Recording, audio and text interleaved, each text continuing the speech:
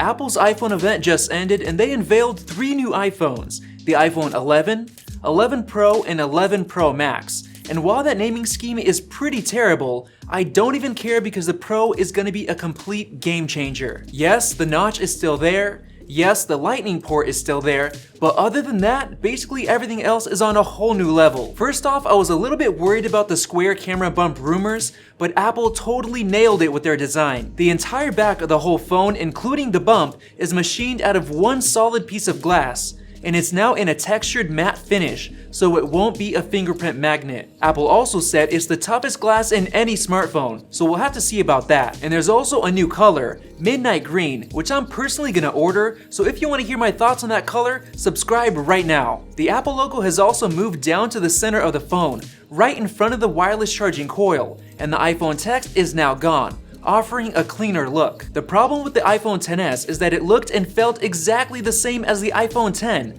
other than the larger 6.5-inch XS Max model, which is the only reason why I upgraded. And that's why more people will upgrade to the iPhone 11 Pro. It looks and feels much different. But the biggest reasons why it's not a disappointment are the new chip and the cameras. But before that, let's quickly mention a few standout features. The display is now brighter while being 15% more energy efficient. The speakers are upgraded with spatial audio surround sound and Dolby Atmos support. The 11 Pro now finally comes with an 18-watt USB-C charging adapter in the box. And not only that, but the 11 Pro gets up to 4 hours more battery life than the XS, and the 11 Pro Max gets up to 5 hours longer than the XS Max. Water resistance is now rated IP68 up to a maximum of 4 meters instead of 2 meters on the iPhone XS. It also gets Wi-Fi 6, faster LTE, and a brand new Apple U1 location chip. Face ID is now 30% faster and it works from further away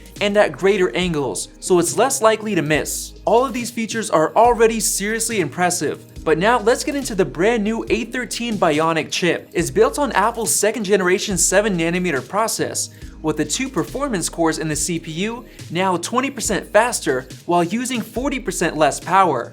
And the 4 efficiency cores are now 20% faster while using 25% less power. The GPU is now 20% faster while using 30% less power, and the story is the same for the 3rd gen neural engine, 20% faster and 15% more efficient. And the brand new machine learning accelerators allow the CPU to perform over 1 trillion operations a second. There's also a new power management unit that makes sure it's only running at full power when it needs to. So I'm almost certain that this A13 chip will outperform even next year's Android flagship phones. So it's one of the reasons why the iPhone 11 Pro is not disappointing at all. And now let's get into the cameras. We now get a new ultra-wide lens that can be used to take photos or shoot in any of the video modes, including 4K 60 FPS. The telephoto lens has been upgraded to an f2.0 aperture, which means it takes in 40% more light than before, so portrait photos will turn out much better. The wide camera gets a new 12 megapixel sensor